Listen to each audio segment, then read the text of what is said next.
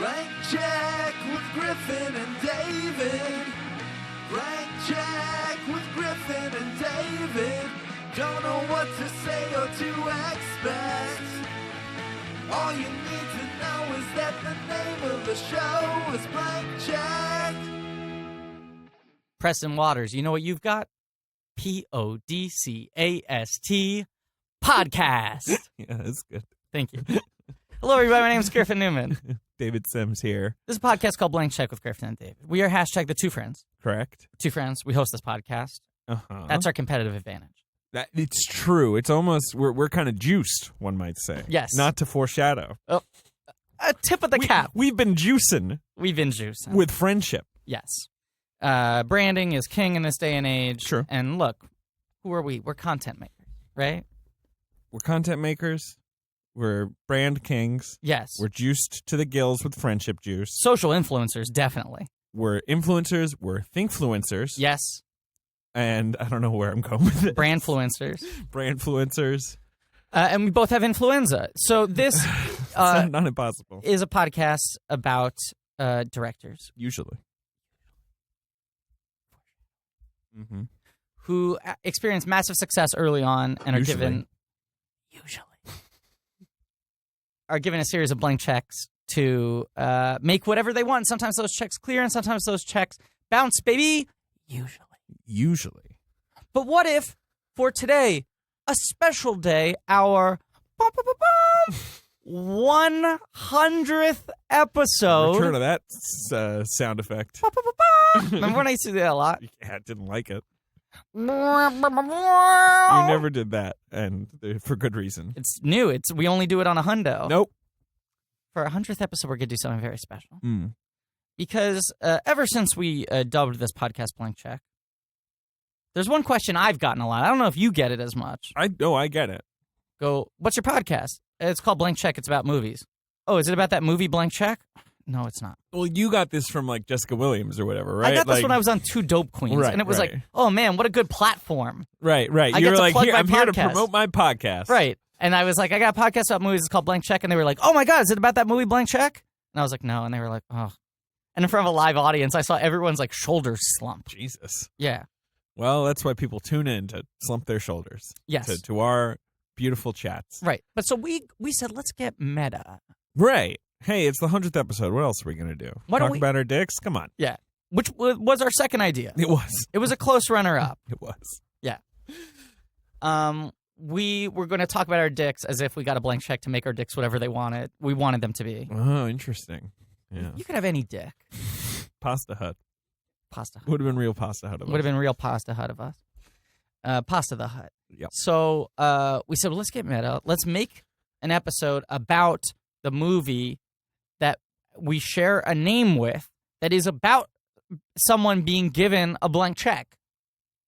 Yes.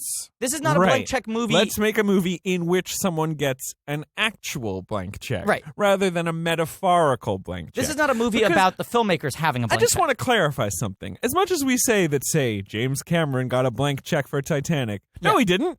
There was money. There was a number. It wasn't actually blank. Right. Now, maybe that started out a little blank. The studio was like, how much do you think this would cost? And he was like $240, and they were like, but fine, maybe, $240. maybe he said it's going to cost $150, and it ended up costing more. Sure. Nonetheless, never was there an exchange where a blank check was handed This is over. a great point, because in this episode, we're getting meta, and we're getting literal. Exactly. No more fucking metaphors for you. And they thought we couldn't give you 90 minutes of content about this fucking movie. Hey, we're content slingers, baby. That's what we do. To get onto this discussion, we have to introduce the third wheel of our bicycle. Yeah, we do. He's the producer of this podcast. Yes. Also a benducer, a pro-doer. He's the poet laureate. He's the peeper. He's the tiebreaker. He's the fuck master. He's not Professor Crispy. You can wish him a hello, Fennel. He's the poet laureate. Did I say that already? He is White Hot Benny. He's Soaking Wet Benny. He is the fart detective. He is the meat lover. He is Dirt Bike Benny. Wish him a hello, Fennel, if you see him. This is kind of a Dirt Bike Benny movie. This is Hells yeah. That's why I'm introducing him early on, because this character, this movie feels like Yeah, exactly. The Adventures the of Ben Young Ben. Hosley story. Yes. Blank check. Well, spoiler, don't say his name yet. Sorry. He's graduated to certain titles over the course of different miniseries, such as Kylo Ben, producer Ben Kenobi. Why do you always say it wrong? Kenobi. Because that's his name. Okay. Because I'm a bae. Yeah, exactly. Thank you. Kenobi. That's Yes. all right. Okay. Obi-Wan Kenobi is named Obi-Wan Kenobi, but producer Ben Kenobi is named producer Ben Kenobi. That's how you pronounce it. Ben and Shyamalan Ben say Bennything, aliens with a $sign, and although that's a spoiler. Ben, will you bleep that out? Oh, yes. Yeah, Ben, bleep that the fuck out. Jesus, that's how far ahead we are, though. Yeah. Well done, though. Yeah. Well thank you. done in theory, being on it. You know what I mean? Yeah. Being on the new name. But of course, we're not actually going to need the new name for 4 months. Hey, you know what they say about me? That Griffin Newman, he sure can learn patterns. Yeah. So I learned that new pattern quickly, but a little too quickly. Anyway, guys, I'm happy to be discussing this film. I also have people, when I explain the show, ask me if we've ever talked about this movie. So Yeah. Finally, we're doing it. We're finally doing it. So I just want to start off right at the top and just say, Funky Cold Medina. I have a question for you guys relating to the tagline of this movie. 10 comedy points, Ben. Yes? Yeah, well done, Ben. When Preston Waters sees an opportunity, he takes it, right? Okay. That's the tagline of the movie. Sure. Sounds a little... Please. It sounds a little locker room talky, if you know what I'm saying. Uh-huh. Yeah. yeah, good call. Yeah. Yeah, let's turn that euphemism into a euphemism for what it's trying not to be a euphemism for. That's that what I makes think sense. we need to do, right? Yeah. Because here's what I don't like. I don't like when people go like, that's a little grab 'em by the pussy. No, 'Cause it's not a little. Yeah, right. That can't be a little of that. Right. What we should say is that's a little locker room talk. Allies. And Hashtag use allies. locker room talk as a euphemism for sexual assault. Anytime I'm being... Anyway, it doesn't matter. Allied? Yes. Yeah. Allied. Allied, though. 2.5 stars. 4. A gentleman's 4. So when you guys see an opportunity, do you take it? That's just my question. You're asking me? Yeah. No, obviously not. Great. You kidding me? I miss every shot. Same. When I see an opportunity, I'm like, oh, God, I hurt my foot. I can't come outside today. Yeah. I'm like the inverse of that fucking Wayne Gretzky, like fucking mantra. Mm-hmm. You know? What is... I don't actually know. What's his mantra? You miss 100% of the shots you don't take. Sure, of course. Classic. I'm like, I don't need to take a shot. My back's hurting. Blank Check. The movie's called Blank Check. A Rupert Wainwright film. Yes. No relation. No relation to Loudon or Rufus or who's the Name? sister? Yeah. No relation. That was my first question. Of course, because they're a showbiz fam. Right. Martha Wainwright. Martha Wainwright. This is a director who eventually moved on to doing like horror films. He did the Fog remake and Stigmata. You wanted me to run down some Rupert Wainwright joints for you? We started out as a music video director. Video director in the hip hop genre. Yes. Worked with NWA. Tone Loc. Worked with MC Hammer. Tone Loc. With Tone Loc. The great Tone Loc. Uh-huh. This is his debut film. Didn't he do the MC Hammer movie? That is a straight-to-video movie, but yes, Hammer and Home. Right, but you know what I'm saying. Yeah. Blank Check, then he makes a movie in 98 called The Sadness of Sex. Oof. Sounds like the Sounds Griffin like your Newman kind story. of movie, yeah. We both were rushing to get to that joke. Jesus Christ. This looks like a goddamn disaster. And then Stigmata, as you mentioned. Right, a little bit of career rebrand there. The Fog, right, which was a remake with Tom Welling, I think. Yes, famously a movie that took me a very long time to guess in the box office game. That's correct. And because then that movie doesn't exist. He's done a little bit of TV work, but that's kind of it.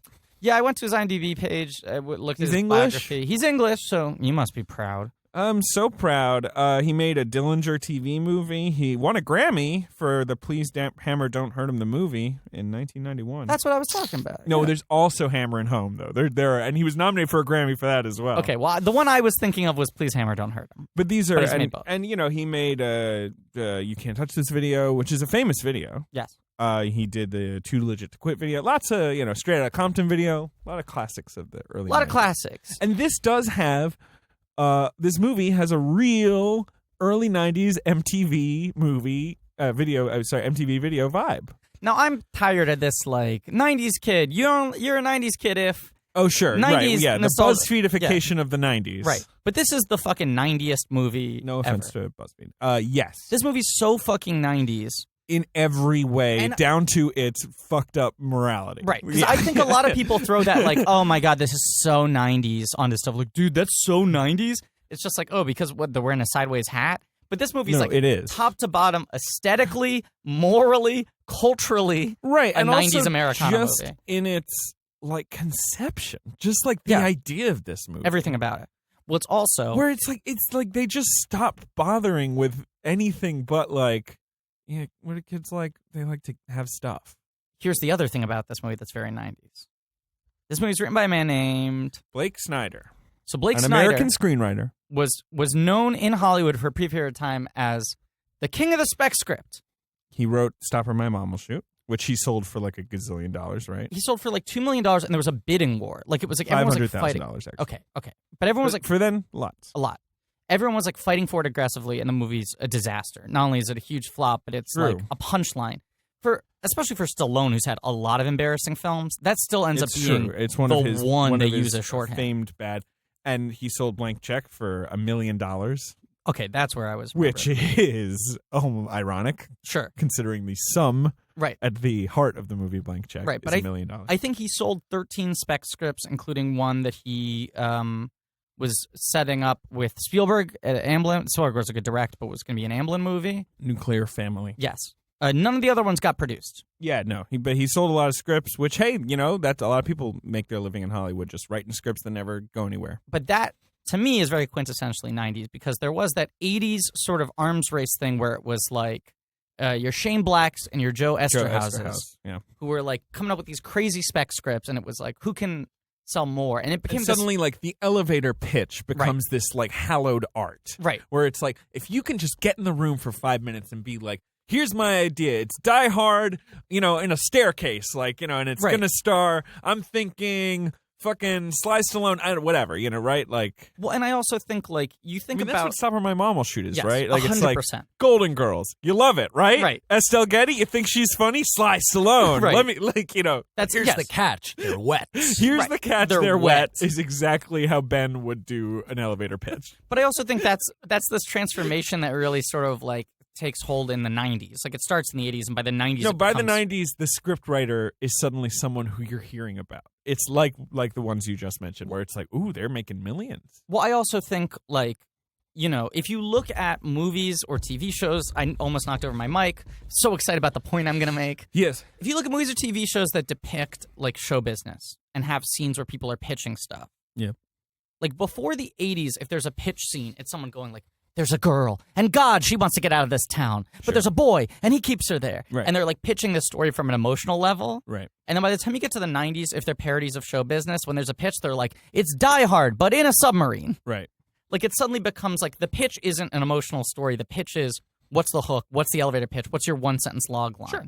And it becomes if you got that and then your script is quote unquote functional, Yeah. you can make $1 million. Right. And Esterhaus and Shane Black get into this like dick measuring contest where they were like, who can write a script faster? Who can And sell it make for the more? most, yeah. And both of them sort of crashed as a result of this. Well, yeah, especially because these movies fucking suck that they start making, especially Esterhaus. Right. And Shane Black like goes into the wilderness for a while and like reevaluates and then comes back really strong. Right. Esterhaus never fucking recovers. Well, yeah, Burn Hollywood Burn, that kills him. That Right. one. Yeah. But this is this period of time where you have people like Blake Snyder who I think are like looking at Sure. what Shane Black and Esterhaus Okay, did. we've made our points. Carry on.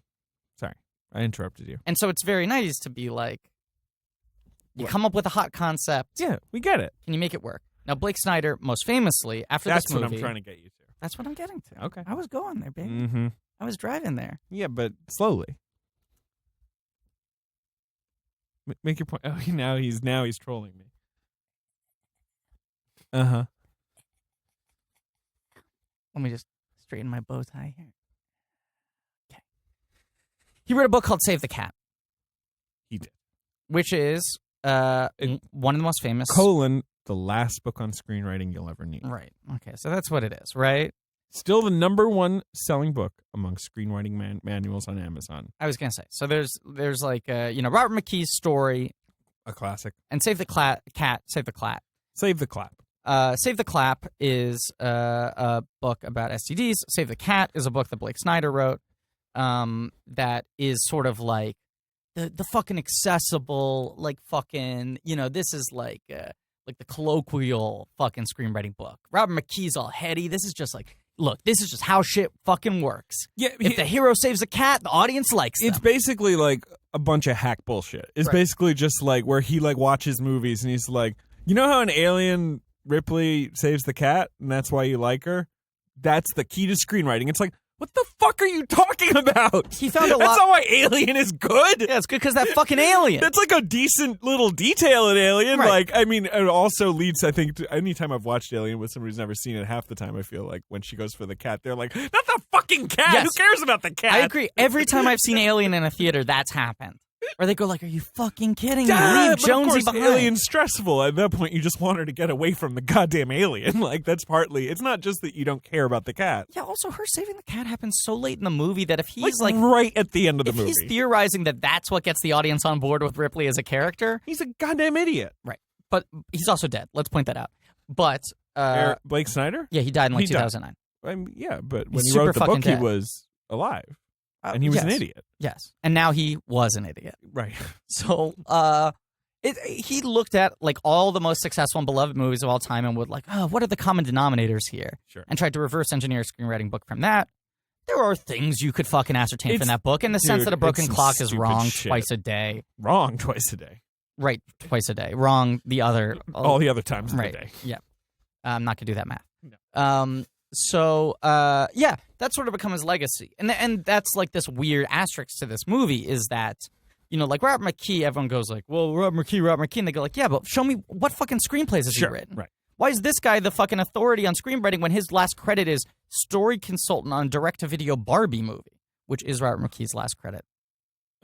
Sure. Story consultant on direct-to-video Barbie movie. Why not? Gotta make that money.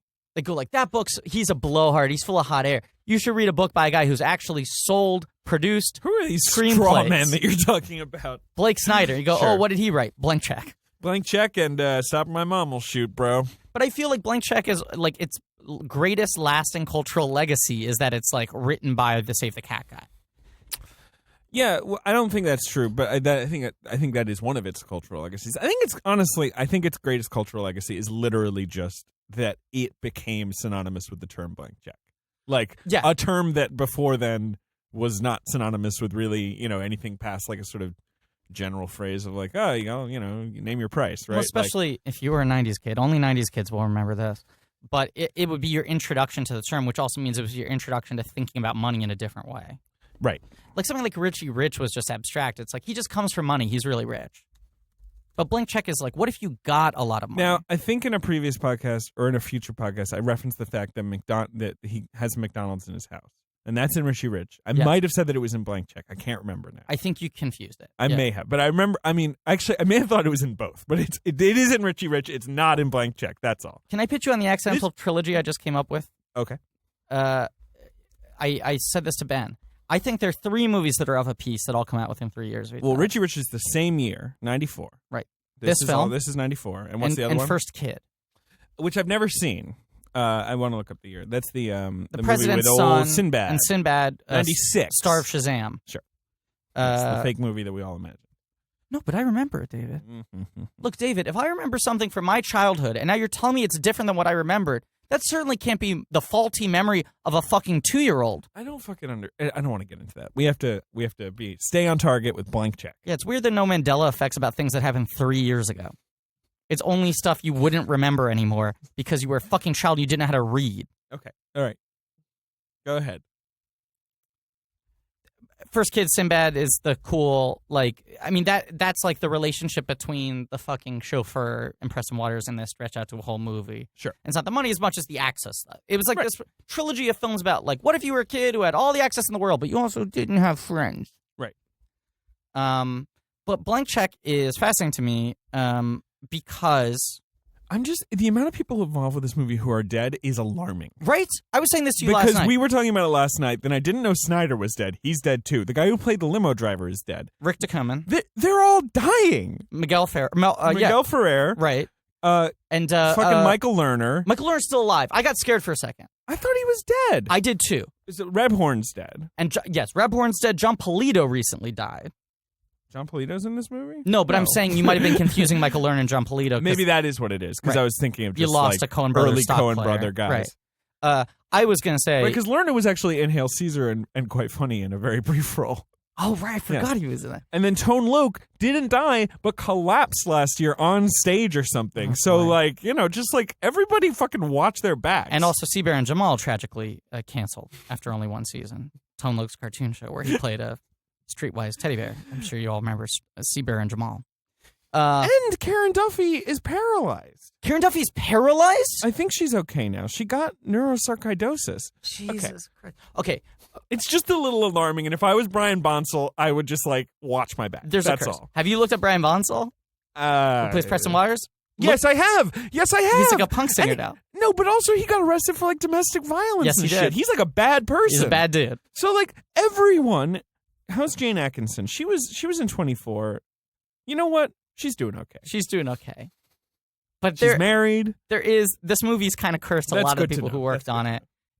If Michael Lerner's family is listening right now, please take out a life insurance policy. The biggest one you can afford. Lerner's 75. Like, I suppose he's doing fine. Like, right. It would be less. No, I'm not going to talk about this. This is weird. It would just be less shocking if we lost Michael Lerner just because he's a little older. It's just, it's weird. How, some of these people not that old. Yeah, well, especially Seabear and Jamal was just sort of getting its sea legs. I mean, they were just cracking those characters. All right. The story potential was huge for that show. Uh-huh. The bear was streetwise, David. Uh-huh. Seabear. Yeah. And Jamal. Please, we don't have much time. We got all the time in the world. We got a blank check, baby. Okay. So here's the thing that I find interesting about Blank Check. Yeah. This movie sucks. It's one of the worst films I've ever seen in my entire life. David texted me last night and said this is actually the worst movie I've ever seen. You hated it. And here's the thing. Sometimes I'll be more mad at a movie if I feel like it's wasting my time. Like if I have things to do and it's like, shit, I got to watch this bullshit right now. I had nothing to do. Yeah. Like I was sort of, I had it on and I was like, doing some other stuff that, just because it's a boring movie. But like, it wasn't really sucking up my time. I had a free evening. My apartment's a mess right now, and I really need to clean up, like do like a massive cleanup and reorganization. But I was like, oh fuck, I gotta watch this movie. Like you texted me, and I forgot that I hadn't watched it yet, and I was irritated while watching the movie that it was taking me away from doing a thing I've been procrastinating from doing for weeks. Go ahead. Cleaning my room. Right. Do you know what I'm saying? Like I was just like, oh great, you can watch that movie. That's an excuse to not clean your room. And then I started watching the movie, and I was like, man, I wish I was cleaning my room right now. Yeah, it's maybe a movie you could tolerate if you were like packing. I'm trying to think of like some terrible activity. Well, on the other hand, you gotta focus on it because the micro details are alarming in this movie. That's true, and it is a film that is largely visual. Oh, Jesus! Oh boy, Turn your phone off. I'm doing it now. I'm curious who this is calling. I get like 25 robocalls a day. I You were got a- with me that time I got that a guy creepy called and robocall. told me he was going to beat up my mother. Do you remember that? Yep, that was weird. Because I hung up on a robocall. Okay. Okay. Please turn your phone off. What is fascinating? So many montages. So many montages. And like wordless montages that you have to pay attention. You have to pay attention. Yes. But this movie it totally makes sense that this movie was written by someone who wrote a screenwriting guide. That makes sense. It makes sense the movie came out in 94. Yes. It feels like an overreach by Disney because it's a Disney movie and you're like, the Disney brand meant something, but like, and in the 90s, I would say actually it did again, but there was a time when it did not. What I was saying to Mr. Hosidiv before we recorded Amen. is that like you can't even fathom the idea of Disney making a movie like this today because they're so brand focused and anything they make that doesn't fit into one of their so-called brand silos. Yeah, they're silos. Yeah. Right? Mm-hmm. Is like an inspirational true story. Exactly. Sure. Right. You know? Yes. Like a $1 Million Arm. Right. That's a Disney movie, right? Or something the weird. No, it wasn't Million. It's the one about the cricket Yeah, it's called $1 players. Million Arm. That was Disney? Yeah, that's it. Right. Yes. Yeah, with John Hamm. Right. Yeah.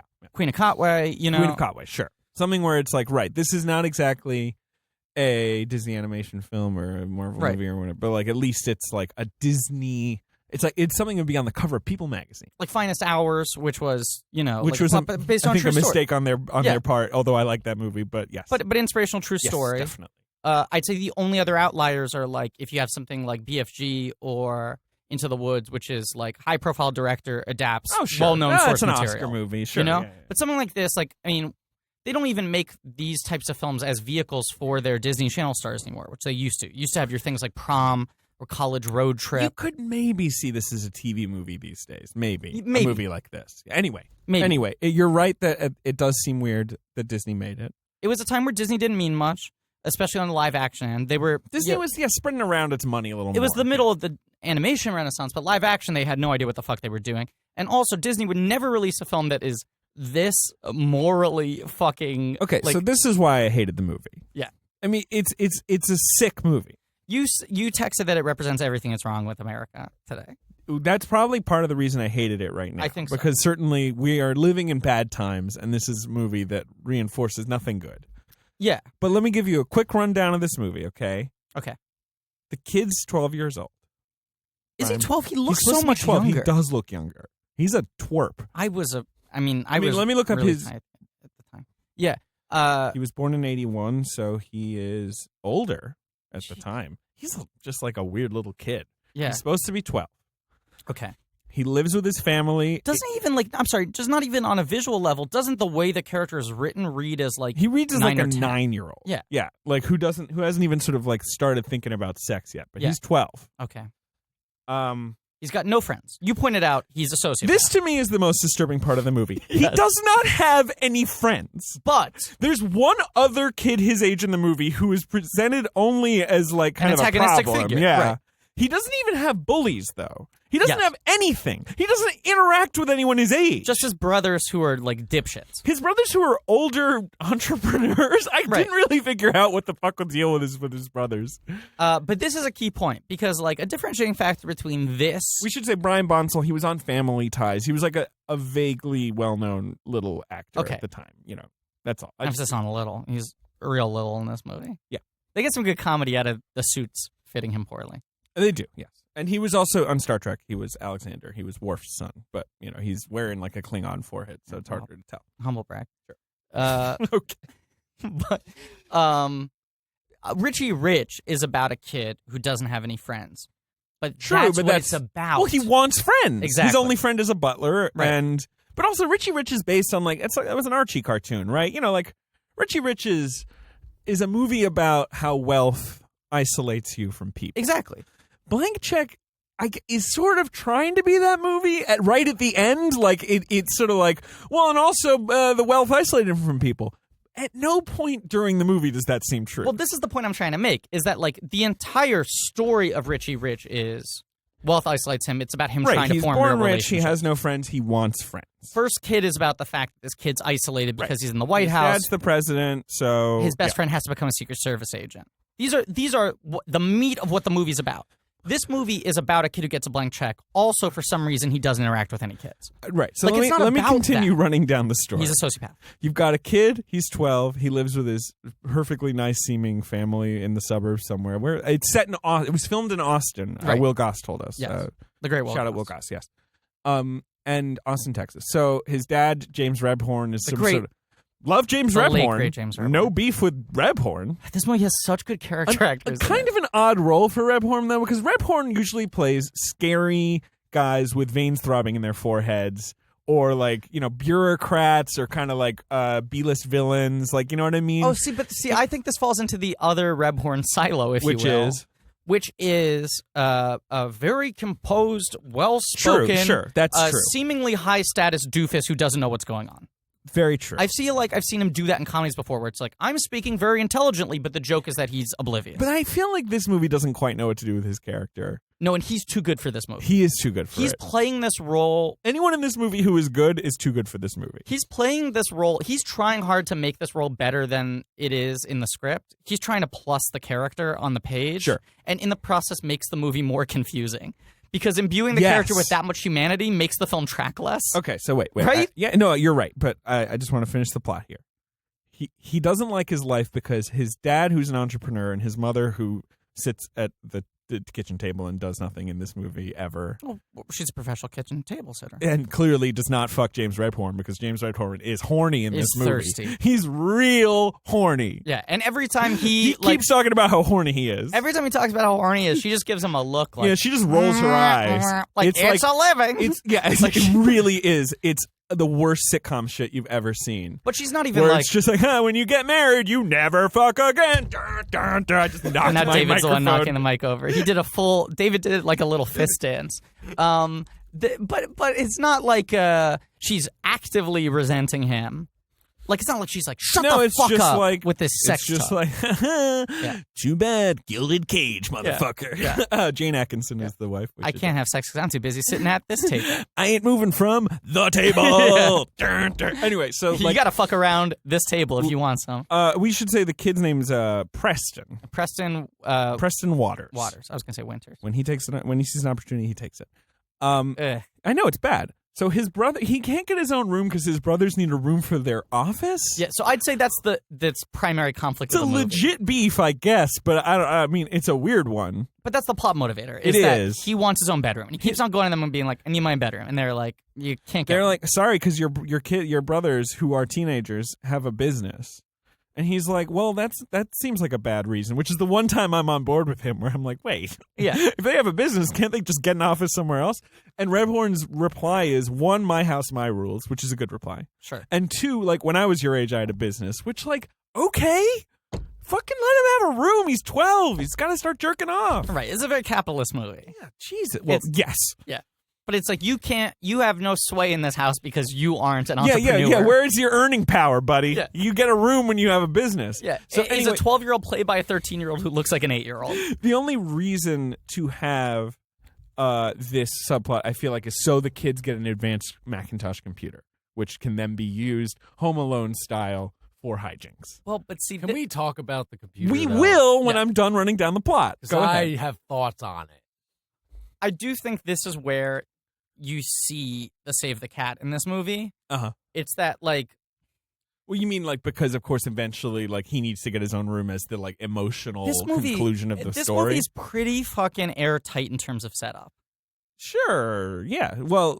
And I that's sort of like praising Mein Kampf on having, like, good turn of phrase. But it is, like... You kind of see that, like, okay, this guy did fucking break down the semiotics for how to make a functional, uninteresting movie. I guess so. Like, it's like... I just feel like I've seen it better. What's the conflict? He doesn't have his own room. Why? Because his siblings run a business out of there. How can he get his own room? His dad says he needs to start his own business. So what does he do? He uses the computer that he has in his room because it's being taken over by his brother's office, you know? Yeah. And the fucking integration of the Michael Lerner thing, like, it's pretty tight in how much... Because I was rewatching it being like, what fucking hoops are they going to have to go jump through to justify this? And I was like, the first 30 minutes, it all kind of checks out. No, I'm out of it. I'm not saying it's good. All right, I'm doing the plot. Get away. Get out of here. All right. Now, I remember when I was a kid. Okay, let me get out of here. When I was a kid. Step. Don't we have a time limit, Ben? Step. See you later, David. I'm getting out of here. God, guys, I really hate that bit. Slam. That's a Comedy Bang Bang bit. The Creek Slam part. R.I.P. Harris. What up? Yes. Sorry, I walked back in to say that. Let me work that again. Creek Slam. When I was a kid, I thought that it was weird that this movie made so many narrative justifications for the fact that he walks into a bank with a check for $1 million and gets $1 million, right, in cash. When I was a kid, I thought the way it worked was like, if you've got the check, they got to give you the money. Like, you know, I didn't get why there had to be the stuff with the mobster. Obviously now I understand. I saw this movie when I was 8 in theaters. That's the only time I'd ever seen it before. Door open. Hey, sorry, I was... You can stay. Jesus Christ, enough. Okay. So what I was thinking while I was outside, when I was a kid, I didn't understand why the movie had to offer so many narrative justifications. This is not funny. Well, it is funny. Well, this is just a point I independently came up with when I was outside can you the yell studio. at him? Why? What's Griffin doing now? I rewatching it, not having seen it in years, I was like, I'm going to roll my eyes so fucking hard where you get to the scene where he shows up with the check and the bank's like, here you go. Wait, you didn't remember the... I didn't remember any of it. Okay, all right. I just remember a guy hit him, he went to the bank, they gave him the money. Oh, I remember the opposite, which was there had to be a lot of hoops for it to jump through. Right. When I was a kid, I was like, but if you have a check, like, isn't that all you need? Faint Praise Award. I want to give this movie credit for jumping through those hoops. No! Just because it does better than the mind of an 8-year-old doesn't count as praise. Yeah. No. Okay, so the idea is Miguel Ferrer, who I believe we opened the movie with him digging up some money, right? We do, and this is something I want to highlight right here. This movie was lensed by the great Bill Pope. I was going to say Dick Poop for a second. Dick Poop is another great cinematographer, but Bill Pope. This is Bill Pope, who frequent collaborator of Edgar Wright, Sam Raimi, and the Wachowskis. Yep. Three amazing filmmakers. Sure. Has lensed incredible films. I'm going to keep on saying lensing because I want to He's sound a great like lenser. Great lenser. Crisp frames. This movie has the mise en scène of a 90s neo-noir. Sure, it does. That's true. Like, I rewatched it expecting it to look like a sitcom. It's not great looking, but it's better looking than it needs to be. I was very impressed. Yeah. And like, once again, maybe low bar. Like, I was expecting it to look it's like... got some interesting shots, especially that shot where he, like, drops the VR helmet onto Michael Lerner's head and like tortures him with visual feedback. Well, and it's also got this what the sort hell of is going on there. It's got this sort of like sunset color palette. Yeah. Like it's kind Hey, of golden Austin, hue. you know, the air snaps. It's Right. like, you know, It feels snap, really crackle, pop. It feels really vaporwave. Ben, you just want to say vaporwave a lot. Here, Ben, just lay some vaporwave under the rest of my plot description, okay? Oh, hell yeah. All right, okay. I just think I've got to do the rest of my you plot look description. at that opening scene, and it looks like it's from Opening scene is a like, real prison It looks movie. like Blood Simple. It's Yes. like rain, dark, you know, It's like thunder when flashing, Tim Robbins lightning. pops out of the poop pipe in Shawshank Redemption, except with Miguel Ferrer, and you're like, wait, Okay, what so fucking movie am I? Miguel Ferrer. He's a mobster, gangster, I don't know, bank robber. I don't know what the fuck he is. He escaped from prison. A criminal. He's a criminal. Sure. He escaped from prison. He digs up $1 million. He goes back to a bank. What are you laughing at? $1 million. $1 million. And for the listener at home, I'm putting my pinky up to the side of my mouth. I think Griffin thinks we need to vamp a lot on this podcast. That's why he's doing so many bits. Griffin, I'm in a that's good a mood today. reference to The Spy Who Shagged Me. yeah, good one. Remember The Spy Who Shagged Me? Yeah. Well, that's one of them. I guess. One of what? There's more than one Spy Who Shagged Me movie? It's like shit bit on shit bit. I'm in a good mood today. That's good. I'm glad you're in a good mood. I'm in a weirdly bad mood. Yeah, because you watch Blank Check. Yeah. No, okay. He takes the $1 million to a bank. He leans on Michael Lerner, who let's admit in the 90s was our sweatiest performer. He was. Michael Lerner does not fuck around with sweating. And Michael Lerner, I guess, testified against him. And so he's like, listen up, bucko. You're going to clean this money for me. You're going to launder it. Tomorrow I'm sending in a guy called Juice with a check. He's going to pick up the $1 million. Now, why Miguel Ferrer can't just pick up the $1 million, considering he brought them in, Yeah. doesn't make any fucking sense at all. Yeah. But whatever. Michael Lerner's like, okay. Then Miguel Ferrer backs over this kid's bike with his hot Jag. Well, after something very important happened. What? He gets a blank check for his birthday. Yeah, Because his they've- grandmother's senile and she right. forgot to They've fill in set the up that the kid would know, like, the power of a blank check, I guess. So he goes, how much did your grandma give you last year? $1,000. We're like 10. What about inflation? 11. Goes to the bank. Who's there? Karen Duffy. Right? Firebrand, MTV VJ. And he goes, I'd like to open an account. And she's, right from the get-go, weirdly flirty with him. She is hitting on him Okay, hard. we're gonna get to that. This happens before. It's I important to know, set but this that's up. not plot-centric, and that deserves its own podcast, its own FBI investigation. We're gonna get to the weirdness of that. This is plot center. God damn it. Because she says this is enough money to start an account, come back. Yeah. Right. And He that's now happening at has the it in same his time that brain- Miguel Ferrer I'm is at the bank. I'm So they're getting- both at the bank at the same time for that reason. Yeah, but I'm getting mad at you because it doesn't make any fucking sense what he does. Anyway, this is the problem. He gets the blank check from Miguel Ferrer because, you know, Dad. They're both walking on the They bank, run and over Miguel his Ferrer bike. He runs over gets his over his bike, and this kid who I like, the little redheaded shithead. He's a real shithead, that kid. I think it's a good shithead.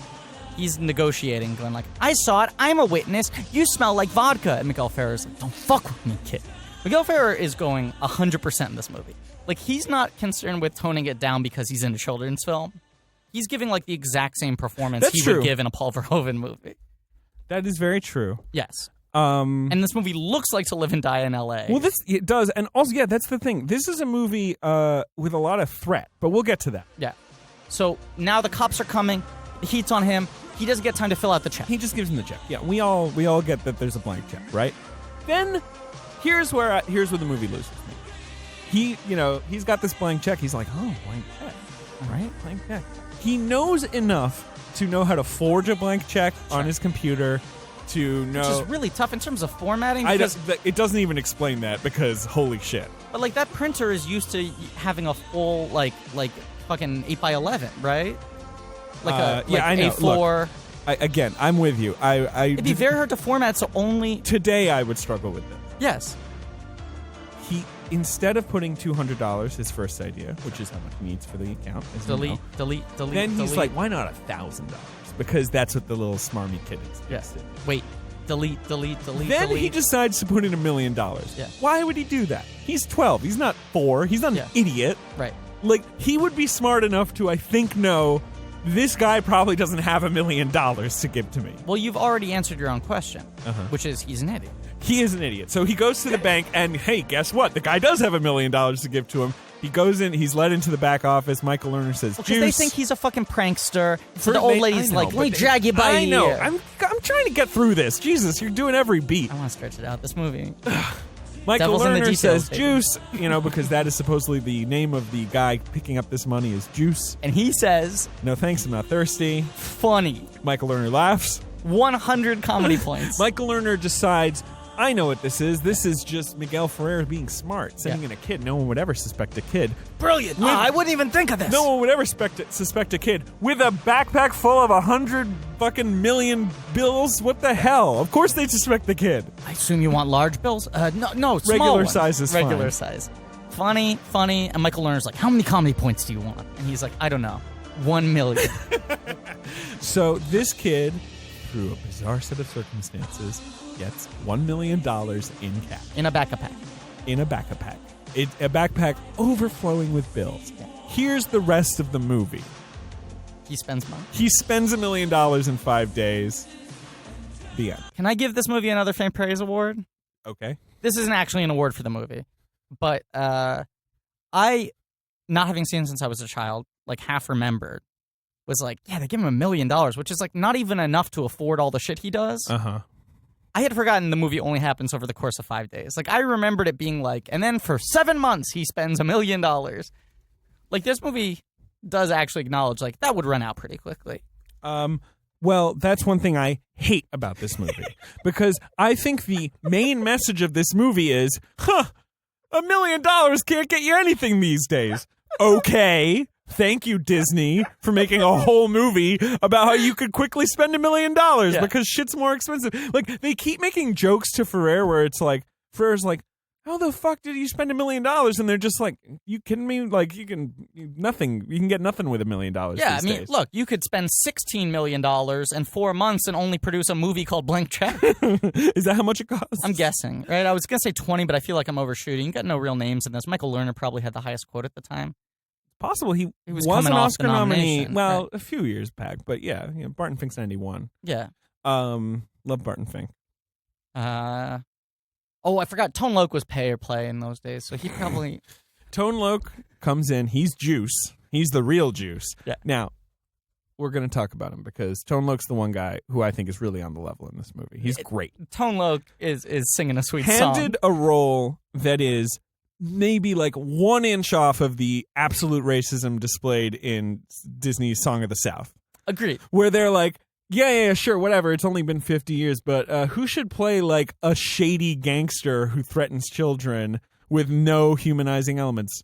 I don't know. Get a rapper, right? Like get Tone Loc. But there are 2 other weird elements to him. Okay. Sure. So like in terms and of obviously the director had worked with Tone Loc, so maybe that's why Tone Loc's in this movie. It's Right. just like Tone Loc also was hot at that point. I mean, he'd done Ace Ventura. Ace Ventura. Ace Ventura comes out the same time, like literally the same time as this movie. So this was the year in Hollywood which was Tone trying to Loc make plays Tone Loc happen. a fucking cop who is totally above the line Yeah. and like good at his job. Yeah.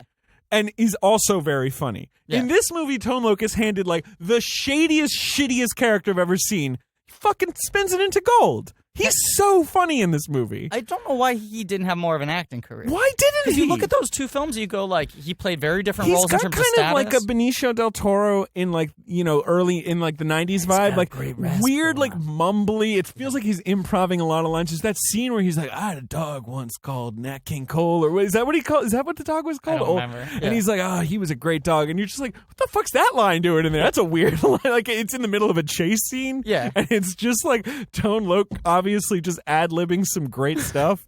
Like he is threatening. You Yes. know what I mean? Like you are afraid of him because Right. there's that first scene where he bumps into Parker. Yeah.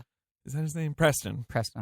And he's kind of like, hey, what are you doing? Like bumping into me? Like, you know, kid could get hurt doing that. Yeah. And you're like, oh, well, you know, this guy's weird, right? But he's also really charming and kind of like low-key funny and just, I don't know. Well, look at two counterpoints here, right? Like two opposite ends of the spectrum with this character. One is that when he's introduced, it's him going to the bank to pick up the check at the agreed upon time, right? Uh-huh.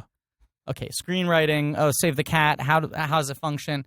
Tone Loc doesn't get there in time to stop Preston from getting the money because he can't stop leering at women, right? You're like, oh fuck, is that the function of this character? Yeah, that he's not there at the agreed upon time because he can't stop making passes and looking at butts and all that. And you're like, ugh, it's a good point. It's a good point. Right? Yeah. So now you're like, okay, it's a rapper playing like the heavy, the enforcer, Sure, a goon who's not afraid to like threaten a child and right. can't. Although, to be fair, neither is Miguel Ferrer, Sure. who dangles a child off of a skyscraper. Well, we'll get to that. What a weird movie. But I also- think this movie was rated G. Yes. Might have General been audiences. But then also he can't stop leering at women, right? Why am I getting more phone Who's a calls PG? today than any time in history? Who's fucking calling you? Everybody. What if it turns out when we end this episode that I missed like 7 phone calls trying to hire me to be in a Star Wars movie? Yeah, that'd be great. I've never gotten this many phone calls in a limited period of time. Is it the same person? No, it's different people, and they're all people in the industry. So I might be missing something big right now. Uh-huh. Should we pause and you could take a call? No, absolutely not. Ben, if there's one thing this podcast is about and has been about since the very beginning through all our iterations, it's about me sabotaging my own career. And I'm not going to fucking ruin our brand this late in the game. It's our 100th episode. So, this is what I want to say about the Tone Loc character. Yeah. He's set up in that way, right? With the fucking leering. They hit him like hitting on women 3 times in his first minute on screen, and you're like, oh, fuck. And then his character becomes this one guy who's so charmed by what this kid is doing, as they have to go and search for this kid. that's what's good about it. There's 2 things that are good about it. That's one of the 2 things that are good about his performance. I mean, apart from the stuff we already said. Right. Yeah, he immediately is like, this kid is really good at fucking you over, which is funny to me. Right. Yeah. 2, he keeps being asked to do annoying things like chase that kid through through the fountain, or like run after this kid They like have to go through to the kids' woods. places, kids' activities, things like And that. he's being like, I don't want to do that. And they're like, fine, like, I'll pay you more money. And as he's chasing him, he's like, God, this isn't worth any money. Like, I can't do Tone Loc because he's, like I said, he's Del Toro-esque in his, like, mumbly kind of It's genius. easy. Just do a Sea Bear impression, and then you got Tone Loc. But I also like that he likes all the stuff the kid's buying. Like, he thinks it's, like, cool, you know? And he does a really good job somehow magically, miraculously, like, pulling the nosediving plane up and keeping it at, like, a reasonable altitude from being, like, an offensive simpleton character. Yep. Or just, like... I don't know. Yeah. He's good. He's fun. He should have He should have had a better career. I have no idea. Maybe Tone Loc was tough to work with. I have no call on why Tone Loc didn't, like last. Maybe he was immensely difficult. Okay, so now the movie is... He's in Ace Ventura Jr. Pet Detective. No, he's not. His song is. Oh, weird. Funky Cold Medina? Ace is in the House, which he recorded for the first blank Right. check, so I guess he's just going to use it again. Yeah, Ace Ventura Jr. is not a good film. I have not seen it, Ricky actually. Blitt? Is that his name, Ricky Blitt? I don't know. He was the baby in Bebe's Kids. Or Bebe's World. Oh, he was the Bebe in Bebe's World. Yeah. I have no Bebe's idea what you're Kids? talking I think it was about. called Bebe's Kids, I right? can't remember. Yeah. So he has the $1 million. Remember when that baby pulled the plug on Las Vegas, Ben? Remember when they go to Las Vegas and there are all the lights, and then the lights go out and they're like, what happened? And the baby's standing there I like don't know what you're talking about. like spinning around I legit don't an know what electrical this is. cord. Do you remember that? I do. It's a good movie. You know what's good about that bit? What? All the power went out. Yeah, that's what's funny about it. And you know what else is good about that bit? What? He's a baby. I know. So it's like, aw. What big things come in small packages sometimes, you know? I don't like that. I know. Well, Okay. I'm sorry. Okay. I have no idea what we're talking about. So he uses Mr. McIntosh. He invents the character. This is a Preston Well, he of Mr. McIntosh goes home and immediately decides to buy property. to buy a castle. So he goes onto a website that's called like real estate for the 90s. It literally says on the screen real estate for the 90s. Hey man, And you can only do, 90s kids. Yeah. Yeah. You can do digital bidding, and he happens to Yeah, it's a be lot of bidding on the same coincidences. house that Miguel Ferrer Why is. does Miguel Ferrer want this house? Why doesn't he just want to go to like Sweden or something? Like, why the fuck does he want to stay in like town? Yeah, also, what fucking castle is on the market for like $100,000? That's okay. That's the thing. That's the this is a castle. It's literally a castle. It is huge. Ferrer has like some deal worked out where he's going to get it for $100,000 or They're something. really close to closing the deal with him. That's nuts. Yes. I don't care if it's 94. I don't care what real estate was in Texas in 1994. That's crazy. You can't get a one bedroom. You can't get a one bedroom apartment in New York City for less than like $750,000. $300,000. Yeah. And I know inflation. I know New York's crazy, No, but there's but no way you can buy that it castle just- for $100,000. It's a castle. It's a literal castle. So he outbids I'm not him. talking about Nathan Gets Fillion. the castle for $300,000. David, I'm not talking about Nathan Fillion. Are you talking about his daughter, played by Danielle Panabaker? Yes, Or one of the Panabakers. she's also a castle. Maybe Kay Panabaker one of them Panabakers. of the Minnesota Panabakers. Correct. Buys a castle. So that's a chunk of his $1 million. I guess he buys it straight cash. Yeah, he spends $300,000, so he's spent pretty much a third of It's his. a lot of the money. Yeah. Then he hires a limo driver. Also, no one has ever closed a property deal that fast. No one has ever bought something and had people move in, especially something That's that true. expensive. It happens in a day. A day. He buys it at like 5 p.m. and then buys the it- next morning the dad wakes up. James River wakes up to fucking. His shit's being moved out, Right. and the kids bought a lot of stuff. He's hired a limo driver named Henry, played by, what's his name? Rick Ducommun? To come, and I don't know how to pronounce it, but he's a great character. Groundhog Day in The Burbs. Mm-hmm. And says to his dad, "Oh, I got Was a a great job." character. Sure, okay, He I fell got prey to the blank checker. diabetes. I believe is what claimed his life. Diabetes? Diabetes, yes. Yeah. He tells his dad, "Oh, I got a job with Mr. McIntosh, this new big like hot rod in town." And his dad is like, instead of being like, "But you're a minor, that makes no sense," or "Who is Mr. McIntosh?" or "What are you talking about? Also, when did this transpire? Where did Can you I get meet this, him? Where did you get this 3-piece suit? Why are you wearing purple sunglasses and a headpiece? What the fuck is going on?" He's got one of those like event coordinator microphones Yeah. on. He's like, "Okay, folks." And his dad, instead of all that, is like, oh yeah, sure. And so the kid kind of moves out, but without totally telling his parents that he's moved Did out. you say that he can't put the name Macintosh because of the computer? Yeah. It's clever. Is it? A little bit. Well, Ben, you want to talk about this Macintosh? Yeah. I had the same exact Apple computer because I was an Apple kid. Is it it's a Macintosh? Well, right? only It's Apple kids will remember this. Yeah. What brand of Macintosh? What edition? I don't remember specifically. I'm gonna look it up. I mean, it's an Um, early 90s It's a really Macintosh. early 90s Mac. Yeah, it was so nice to see even all the gear, the speakers, the stylus. Is it a Macintosh 2? And yeah, Came out in 90. I guess that was a 2. Then no, mine was maybe a little more advanced. I had a Power PC. But anyway, Sure. love Apple. You had Yeah, zero you're games. right. No, it is a Power PC. You had You're zero right. games you could play on it. Basically, it was just like fucking. What about Sim Tower?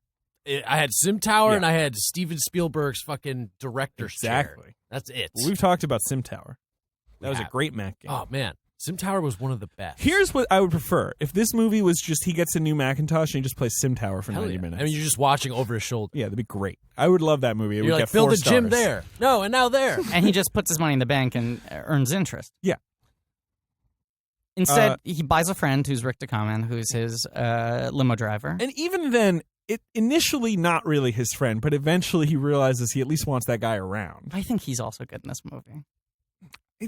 He's okay. It's a weird character. It's a weird character. I think as written, the character is very annoying. He's okay. But it could be worse. I think he's got a genuine heart. That's my praise for him. Could be worse. I think there's a genuine warmth from him. So he gets the limo driver. Yeah, there's a little warmth. Oh, and he's got a crush on Karen Duffy's He character, can't get over this bank teller played character. by Shay. Now, to his credit, she's beautiful. Karen Duffy, real cute. And she was popping. She had the heat at that moment. Yeah, you know? she's second build over Miguel. Yeah. When was this in relation to Dumb and Dumber? Because that was her other big... Well, Dumb and Dumber's 96. No, what am I talking about? It's 94 as well, so same year. This was her year where they were like... She was like the... Dumb and Dumber's 94. She was the Colleen Haskell of her Carrie time. just like pumped out 3 movies in 1 year. Yeah. You're looking at the wall. Yes, that was the big deal, was that like he got paid, I think, $500,000 for Ace Ventura, which came out in January, right before Dumb and Dumber started filming. And by the time Dumb and Dumber started filming, knowing they had The Mask in the can, I think he got like $8 million for Dumb and Dumber. Ace Ventura, The Mask, and Dumb and Dumber all in 1 year. All 3 inspired animated series, too. And then in 95, Batman Forever and Ace Ventura 2. That's how fast they made Ace Ventura 2. Yeah. And then 96, The Cable Guy, which is like $20 million a picture and his perceived, like, you know, kind of valley, right? Like, that's how fast that happened with Jim Carrey. Yeah. Anyway, this is not a Jim Carrey episode. No. But he, from the first time he goes in the bank and he can't open the account, and she's really flirting with him. She thinks he's cute because he's trying to deposit an $11 check into a new bank account. Right. And she's like, well, you need $200. Yeah. She's cute. She's flirting with him. A lot. He drives by in a limo while she's running. That's what I want to get to. So that's the second time he sees her. Correct. She's listening. I believe she's listening to a Walkman, possibly. I can't remember. Yeah. Right. And he's in the back of this limo eating the ice cream. He's out gone of in this like a big garbage can. Eating ice cream out of like, I guess it's like an ice cream store container. It's like a vat. Sure. Why would you ever want a container of that much ice cream? You're one person. Yeah. Just get several small containers. I mean, you're actually just being wasteful at that point. There's no way that you can eat it before it melts. And it's like covered with everything. It looks like vomit because it's like so 17 flavors together with whipped cream, with cherries, with syrup. And I guess this is what I'm getting at, which is like, of course, the movie is saying to us kids, like, this is what you want. Right. You want the most of everything. You want items that you'll never use. You just want, like, stuff, right? Is this what you want, you fuckers? You want this? And it is so gross and crazy to watch it. And I don't mean to sound like some nervous Nelly. It's just like, you're like, this is so fucking empty and lame. And like he has like gadgets that you don't even remember, like that VR system, thing. Right. One of those TVs that's just like 12 TVs in a grid. Oh, hey, that's fucking cool. That is pretty cool. Yeah. He's got a batting cage. He's got a batting cage. He's got a Velcro wall. Sure, he's got the Velcro wall is the one I remember thinking was the coolest. Yeah, it's cool. He's got boxing gloves that go up to his armpits. Water slide. He's got a water slide. He does have a water slide. A water slide. Yeah. Love you, Ben. Love you, Ben. Philly Ben. Philly cheesesteak Ben. It's just how I say it. I can't help it. I know. It's great. I always feel like Ben's from Philly, even though he is. He's not, but you know, he's got a little Philly in him. He's a Jersey boy. I know he's a Jersey. Yeah, I mean Philly and Jersey kissing cousins. Okay, so he gets a lot of stuff, but yeah, he's talking to Shay when he's on the ride home after the initial shopping spree. Yeah, and what's the fucking chauffeur's character's name? Oh, the chauffeur is called Henry. And Henry's like, so explain to me why he gives you all this money, right? Because he still thinks Mr. McIntosh exists, right? And that this kid is like Mr. McIntosh's personal assistant, and he's like, Mr. McIntosh, you know, he's very successful, but he never really had a childhood. So he gives me money to act out the childhood that he never got to have. Henry's just like, yeah, makes sense, sure. Anyway, who's signing my paychecks? Oh, it's just cash. Nothing weird about this. And then he sees Karen Duffy, and he is like, wait, slow down. Kid pops out of the moonroof, right? I would call it a sunroof, personally, but sure. Well, it's the night. It's true. True, you got me in the moonlight, it is what's your point? And he starts like talking to her, being like, hey, remember me? Remember when we said I didn't have enough money? Look at me now. I got a garbage can full of ice cream. I'm in a limo.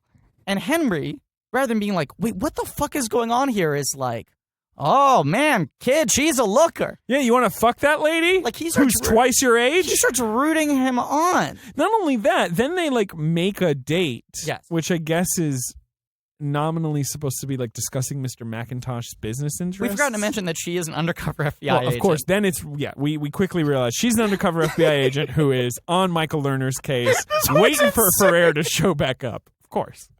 Yes. And so she knows that they were looking for him to buy the castle. Because there's a scene where they're in the van and they're like, wait, someone outbid him on the castle. Right, so now they're like, who's this Mr. McIntosh? And then she's like, who do you work for? Where do you get all this money? He goes, I'm working for a new guy, Mr. McIntosh. She goes, oh, I've been hearing a lot about this Mr. McIntosh. So she says, well, I want to meet him. He's like, okay, well, let's talk about it.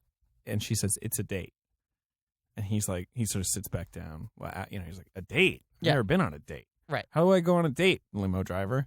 And limo driver's like, look, if you want to fuck a lady, like, basically, take her to a salad bar is his first suggestion, which, by the way, what? The limo driver's like, look, here's what you do. You put her feet behind your head, okay? It's a 40-degree angle. I think the movie's joke is, of course, that, like, the limo driver doesn't know what he's talking about either because he's obviously, like, a dumb, like, nobody who doesn't have any luck with the ladies. Yeah, but he's also treating this like it's that it's totally normal that they would go on a date. Hypernormalization. That's what it is. It's hypernormalization. I was giving you a sort of like a one of presto. these. Yeah, Just give me a one of these. Yep. I feel like a smart way to make this movie would be that she's clearly just a professional, right? Sure. She's just trying to do her job. This kid's a lead to McIntosh. Right, so she's just working the kid. She gets that the kid has a crush on her and just, Right. She's suspicious. She's trying to figure it out. She immediately goes, why would this guy hire a kid to buy toys, right? And that it never is set up as a romantic thing. He keeps on misinterpreting it as a romantic thing. Sure. But instead, they have her play every single scene like she's considering fucking him. Every single scene is her being like, I don't know, I could fuck him. In the end of the movie, they kiss. Which she kisses sucks. Yeah. Well, this movie sucks. I physically shuddered. Because it's like she's not kissing him right on the lips. It's just above, but it's still so gross. It's on the mouth, I would say. If not directly on the lips, it's on the mouth. But I feel like there was a negotiation there. Like, what if we don't do it right on the mouth? It's sort of Brian just Bonsel's weird. parents, whoever they were just like, yeah, sure. They were like signing release forms. But there's like, ruin his life. What do I care? There's the moment where they look at each other for a while and slowly lean in. And you're just like, what the fuck? Unless she's about to like wipe a smudge of chocolate off his face. Don't do this. Movie. Yeah. And then there's just a lot of, I guess he buys more stuff, but there's just a lot of Miguel Ferrer trying to find this kid, which is weird because it's like, he bought the castle. Go to the castle. What are you, an idiot? Sure. I think he knows Mr. McIntosh, quote unquote, bought, but like, put two and two together, you dumb motherfucker. Just go to the castle. Right, but this reaches its apex when they find the little shitty redhead kid. Yeah, tangle him off the roof, asking for Preston's address. Now, a lot of this, because it's like, Bill Pope did his job well in this movie, and it looks not like a Disney family comedy, right? Yeah. There's this weird sort of reverse Beverly Hills Cop effect in this movie, where like Beverly Hills Cop like looks and functions as like a traditional 80s cop movie. Sure. It is shot like any other cop movie, but you have Eddie Murphy in the middle of it, which is why Beverly Hills Cop is funny. Yeah. Only one person is playing a comedy in that movie, right? And then Bronson Pinchot as well for that one scene, but that's a whole weird backstory that we'll get to when we do our Martin Brest miniseries 17 years from now. This movie is like the reverse of that, where it's like, here's a wacky Disney family comedy, and Miguel Ferrer is coming in as if he's like straight off the set of like fucking like Red Rock West or something. Right. You know? Uh-huh. Which is really funny to watch as an adult. But I don't know if you have this thing where like you'll like think of half-remembered movies from your childhood and be like, I remember that being really upsetting, or really scary, or really emotional. Yeah. And then you watch it today and you're like, this is dumb, this is stupid, this has no effect. I just was a child. Saying when that kid's getting dangled, you are like, what? Right, like I remember Miguel Ferrer being scary in this movie. I always fuck his name up. He's scary. It's Ferrer. And then you watch Miguel it. Ferrer. You watch it today and you're like, no, still scary. I wasn't just a child. Miguel Ferrer also, he's in so many movies. We just lost him. Obviously, he was in Twin Peaks, and like he's a brilliant guy. RoboCops, but I also just like, apart from all his good shit, he was also just in a lot of shit, and often as a scary guy who yells at you. And so in my childhood, he's just sort of burned in my memory for that reason. But maybe it's just because he dangled a kid off the roof and blank check. Yeah. Plays the president in Iron Man 3. And it's like he's introduced. No, vice president. Vice president. Oh, you're right. Yeah. He's the vice president who's conspiring to destroy the president. But he is only introduced like an hour and a half into the movie where it's like he's at a birthday party and they go like, "Sir, phone call for you," and he goes, "Take the shot," or like whatever he says. It's like Miguel Ferrer is like who you bring in if that's what you want to do. Pretty like, much his last big movie. Yeah, and then he was on NCIS. One of the NCISs. Well, he was on Crossing Jordan for many I'm saying years. he was on one of the NCISs at the time of his death. LA. Yes. Okay. So then the movie, kid spends money, goes on this weird date with Karen Duffy where they go to a fancy restaurant. I don't care. He's got sunglasses. He gets like crayfish or something. Yeah, he hates it. And then he's like, "How do you feel about burgers?" And there's a moment where she goes like, "I love hamburgers," but like in a gauzy like he's close-up. saving the date, right? And she's like, "Oh, I might still fuck him." And she goes like, "So what's so special about this place?" And he's like, "I can't tell you yet." And she's like, "What?" And he's like, "Okay, fine, let me show you."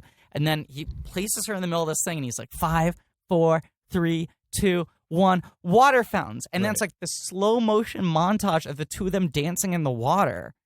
This is all in the movie. Then the bad guys come. Oh, they get fooled by the water. They trip, so they're able to make an escape. But then there's this weird section where it's like they're in the back of a limo, like soaking wet, and everything in this scene is coded as like they're about to fuck. And let's not forget that then his older brothers, again, rather than being like, "Hey, what's up with this thing where you have a job? Who is Mr. McIntosh? Where are you all the time? Yeah. Like, why is this woman interested in you?" They're just like, "Oh, yeah, that girl's just after your money." Right, they're like, she's a gold digger. I mean, and they are also like, and after Mr. McIntosh's money. But they're not like, wait, you're going on dates with a 28-year-old? Yeah, when he goes on it's so weird. It'd be one thing if there was like a 14-year-old girl and they were like, she's a gold digger. Sure. But this whole movie sets it up. I mean, I remember watching this and being like, that was the element like that seemed so fantastical, was like, oh man, you're a little kid, but you get to go on dates with an adult woman.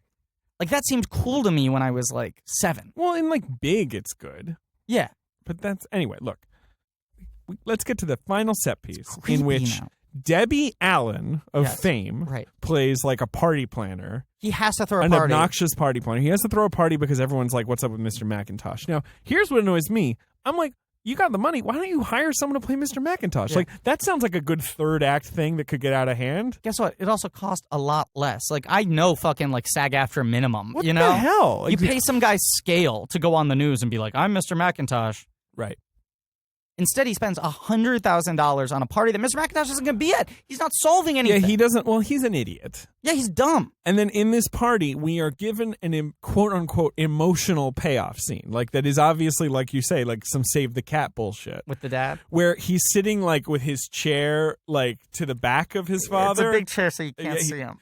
And so his father comes in, addresses him as if he is Mr. McIntosh, and is like, "Mr. McIntosh, by the way, I love all the business you're doing for our town in the last few days, blah, blah, blah, blah." But I'm just going to keep on saying other things, I think, without waiting for you to respond and questioning the fact that you're not responding at all. Right. There'll be no conversation between us, I assume. But I was just going to ask you, he's addressing him like he's a mobster. Like, if my son could just come home early tonight. I miss my son. It's his the birthday. Sun's already gone down. It's his birthday. Yeah. But anyway, like, if he could just come home, because I really do like him, and I feel like I'm a shitty dad, and I wish. Oh, the speech goes on so much longer than that because fucking long. Because the other point he brings in is he goes like, I just get worried sometimes. I appreciate everything you're doing for the family, but I get worried that sometimes he's missing out on having a childhood.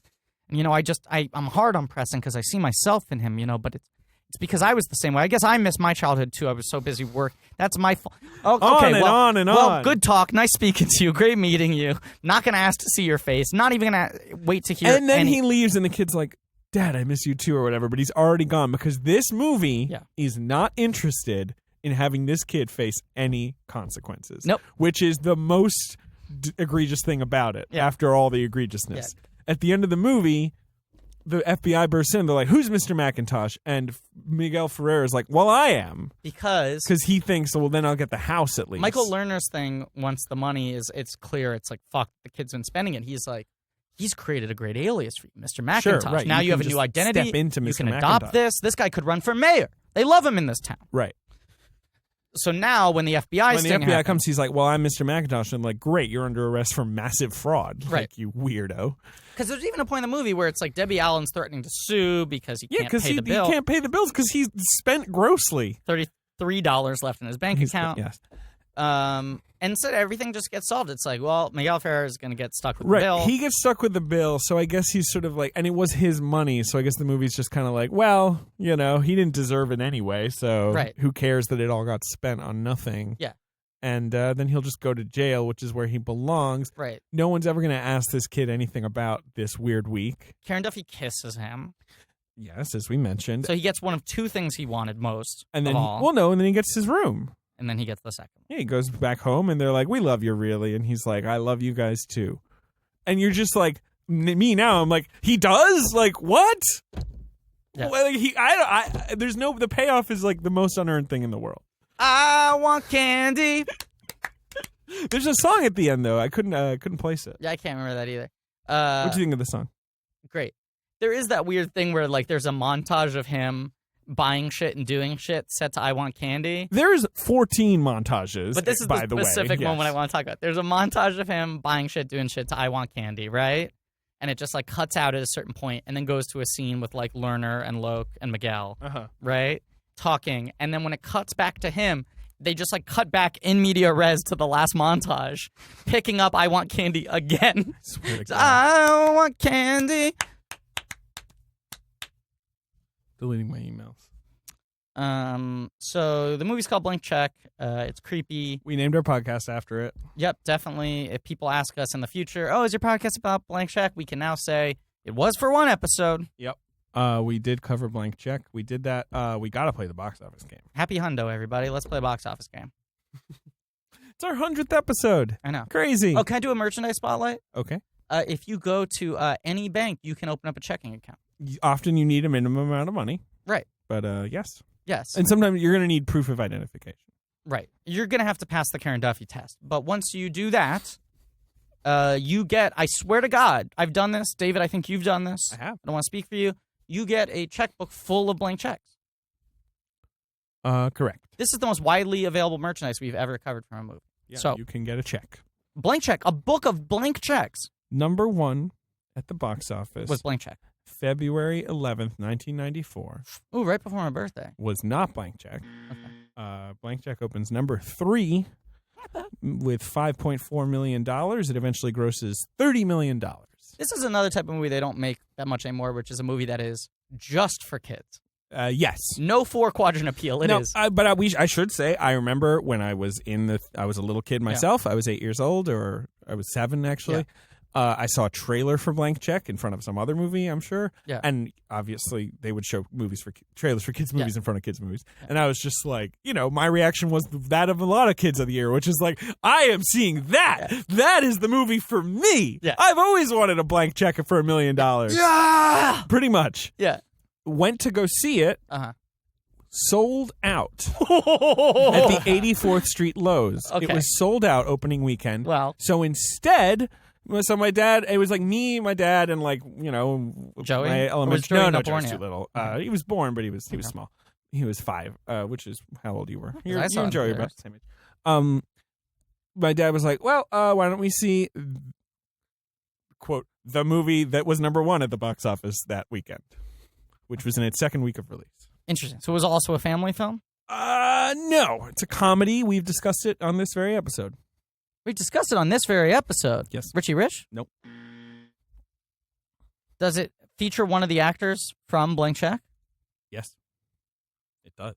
Ace Ventura? Ace Ventura, Pet Detective, which in its second week has grossed $25 million. Wow. So, wow. Yeah. Huge hit. Yeah. Made about 75. Yeah. And that's in 94. And I remember I had seen the trailer for Ace Ventura. Yeah. And I was not sure how I was going to feel about it because it had a shark in it. Sure. Because the shark bit was like a bit in the trailer. Mm-hmm. And I was like, the sharks are scary. I don't know if I can deal with this movie. But like, it was one of, it was the old days. It was just, we were in the lobby. It was like, all right, well, we're seeing something. So this is what we're seeing. And like, it was like a transformatively funny experience for me. I like lost my goddamn mind. Similar for me, my big like comedy transformative thing was my father taking me to International Man of Mystery, the prequel to Spy Who Shagged Me. When that came out. 97? Yes. And my father had to drag me kicking and screaming to go see that movie. I didn't want to see it because it sounded scary because of the fact that he was frozen. That's what you found scary? Someone gets their head bitten off in that movie. I didn't know by that. a shark. I didn't know that. And by the time we got to that point, I was so fully on board with the movie. I found the concept of cryogenic freezing terrifying. It is a little alarming. Oh, very. Yeah. Yeah. It took me like first 20 minutes of the movie, I was white knuckling. Oh. I was like, when's he going to wake up again? What if it goes wrong? But anyway, and then I did eventually see Blank Check later, like maybe next week. So that's number 3 at the box office. Number 1's Ventura. What's number 2? Number 2 is not a movie I'm that familiar with. It is a Roger Donaldson picture starring 2 actors who then got married. It's an action thriller, rated R for sure. Demi Moore and Bruce Willis? No. The Getaway? The Getaway with Alec Baldwin and Kim Basinger. the other 90s couple of marquee See, idols. I couldn't even think of what the Demi Moore Bruce Willis movie was if they even did a movie together. I just knew it had to Did be one of they? those couples. I don't think they don't did, think actually. they did. I don't think they did. Of course it's The Getaway. Of course it's The Getaway. The Getaway. Okay. Which is a small hit, I guess. I'm honest. Not really anything. Yeah. Okay. Number 4? Number 4 is a sequel to a kids movie. And by the way, Getaway, Blank Check, and this movie are all new to the box office. This one is a holder? No, this is a new one. This is a new. It's Just a new like release. It's a sequel. The releases this week were The Getaway, Blank Check, and this movie. So it's a sequel that's not doing well. Not doing well. I don't know why they opened the sequel to a kids movie at the same time as Blank Check, same weekend. But presumably the first one was big enough that they First thought, one was a big hit. and this one steep drop off. And so this one's coming out in 1994. The first one came out in 1991. Okay. 102 Dalmatians. No, but good guess. Live action or animated. Live action. Does it star a child? Is the child the main character? Yes. But by now, I think she's more coming into teenager territory. My Girl 2? My Girl 2, starring Anna Klumsky. Yeah. Which I have not seen. I've seen My Girl, but I not haven't My either. Girl 2. Well, it just feels like that story kind of finished itself, right? Yeah. Feels like they closed the loop on My Girl. Yeah, once Macaulay dies from that bee sting. Yeah. Spoiler alert for My Girl. Jesus Christ. Who's the cutie in My Girl 2, though? Because there's a cutie. Yeah, it's someone, Eric Von Detten or something, I'm sure. Austin O'Brien? Okay, sure. Anyway, My Girl 2, not a huge hit. Yeah, some kid with And a then after that, Nickelodeon haircut. Klumsky takes a break for a decade plus. Klumsky Takes a Break sounds like a good name for a children's book. It does sound like a good name for a children's book. And It's I'm about happy. nap time. I just want to shout out Anna Klumsky, who now is fucking fantastic. She's a great actor. I mean, she's just come back and is great. She was one of my favorites at the time. Yeah, When- it was great. When we were kids in the 90s, and only 90s kids will remember this, but when we were kids in the 90s and it was sort of like the heyday of the child actor, Mhm. that was like the golden age of the child actor. Mm-hmm. She was one of the ones I was always most excited to see on screen. Absolutely. I'd be excited if I was seeing a Klumsky picture. Number 5 Yeah. at the box office Okay. is the winner for Best Picture of the Oscars the previous year. I mean, it hasn't won it yet, but it's going to win Best Picture in a month. Right. So it was a 1993 release. Yes. It is in its 9th week of release. It just jumped up a little bit, added some theaters, made a little more money than last weekend. It went from 6 to 5 in the charts. It's a serious picture. Braveheart? No, that's 95. What did it end up at? 95, 96, somewhere around there. Ooh. It's not Unforgiven. That's earlier. That's 91. 91. Or maybe 92. 94. 92, 92. No, 94. Jeez Louise. Does it win other Oscars? Yeah. Wins a lot of Oscars. What are you talking about? Sweeps. It's not Silence of the Lambs. No, it's 91. Right. Fuck. I'm remembering everything else around. It wins a lot. Wins Best Director. It's not Forrest Gump. That comes out the following year. Forrest Gump's 94. Right. Fuck. This year. Fuck. It's funny that you're not remembering what this is. I'm remembering every other We've Best Picture discussed- winner from I the mean- first half of the 90s. Yeah. I mean, I Have feel we like- discussed it a lot? No, we've discussed the filmmaker. It's Schindler's List? Correct. Oh, okay. Oh. Come on, guys. Yeah, that's embarrassing. Big Schindler's List. It is embarrassing. It's weird. Yeah, that's really embarrassing. So that's hanging around. Okay. Some other movies. You got Mrs. Doubtfire in its 12th week of release. It's Whew. made almost $200 million. Yeah, I think it ended up as the 5th highest grossing film of all time. Big one. Right? You got a little movie called Philadelphia, which is going to yeah. win Best Actor at the Oscars in a couple of weeks. Except they gave it to the wrong actor. They did. You've got My Father the Hero with Gerard Katherine Depardieu? Heigl and Gerard Depardieu. Oh, God, that's a movie they should make a sequel to. Oh, My Father. Still the Hero? Yes. You got Grumpy Old Men, which they did make a sequel to, called Grumpier Old Men. Hyper grumpy. Which isn't that just a movie about old men that want to fuck? Yeah, they want to fuck Sophia Loren, or no, is that number 2? That's number 2. I think the first one they want to fuck Anne Margaret. I think believe- Sophia Loren's not introduced. Yes, it's Anne Margaret. I think they heighten with Sophia Loren the second one. And Burgess Meredith is like and their... Anne Margaret is pretty hot to begin with. Yeah. Burgess Meredith is like their booger in that movie, right? Isn't Burgess Meredith like the horn dog? Hey, you gotta fuck women. Well, yeah, famous stickman, Burgess Meredith. Famous stickman. I'm glad you know that. I think that's one of the funniest things in the world. Do you know that my mom used to be close friends with Burgess Meredith? That's crazy. Yeah, isn't that weird? And like, growing up, there was a painting, like a beautiful landscape painting we had in our living room. And I remember when my dad rented Rocky for us for the first time. My mom was like, "You see that guy who's playing Mick?" And I was like, "Yeah." And she was like, "That guy made that painting." And I was like, "You bought a painting for the guy who played Mick?" And she was like, "No, we were really good friends at the time. He gave me that. He made that painting for me." And then I did the math, and it was like, wait, so my mom was friends with like Legendary stickman. 75-year-old Burgess Meredith. My mom was like 21. I'm not saying anything. I'm not either. Grumpier Old Men has Anne Margaret and adds Sophia Loren. So my guess is that Anne Margaret ends up with one of the grumpy One of them. old men. The other one needs a love interest. Still yelling, And still my mom fighting. apparently wasn't available. Still yelling, still fighting, still ready for love. That's the tagline for Grumpier Old. From the director of Daredevil, Mark Steven Johnson. Or I'm sorry, he wrote the 2 Grumpy movies and then directed Daredevil. And Simon Bird. I believe you're right. And Ghost Rider. It's a weird career. Yeah, he's an awful person. Yeah, he's a shitor. You got In the Name of the Father. You got The Piano, The Pelican Brief. A lot of like the hits Oscar of 93. holdovers. Yeah. Okay. Yeah, cool. Great episode. A great episode. Probably best episode we've ever done. I hope you guys are happy to Yeah. be listening to us for 100 times now. 100. Oh boy, David. Whoever thought we'd make it this far? I Nobody. mean, seriously, I'm so surprised. You know what? I'm gonna do this. I'm gonna get emotional here for a second. Oh. Okay? Yeah. I tweeted Watto though. You did. You started running Star Wars bits at me on Twitter. Sure. You said we should start a podcast. And I was missing you. I was be missing clear you, because too. we were no longer doing trivia, and it was a Griffin-sized hole in my life. And that was the linchpin of our friendship. We had a structure. Right. Well, yeah, because you're tough to pin down sometimes. I'm tough Very to pin down much so. sometimes. You're busy, and I'm just a mess. Mm-hmm. And so You're busy too, though. sometimes. At that time, I was not. Okay, fair. Right. Well, right, because you could do a podcast. Right. Yeah, for Yeah. free. Yeah. At that time, I was really busy still being fired from a sitcom. Yeah, you're at the tail end of being fired from a sitcom at that point, I think. Well, trivia was No, notably... you were in Vinyl, right? Or you were going to be. Yeah. Anyway, yeah, but yeah, you didn't have a lot to do. Yeah, but I don't know if you remember this. It didn't have a lot to do on Vinyl. Oh, no, I guess not, yeah. Yeah. Maybe had less collective lines than episodes I was in. If you want to do that math. You're in that DVD box set, though. Like 4 times. Did I tell you I bought the DVD box set? And on the inside, like the Blu-ray case, it's like a translucent case. Uh-huh. So on the inside, there's inside artwork. Uh-huh. And I'm in the inside artwork twice as well. Great. I'm like featured 4 times on the box art for Vinyl.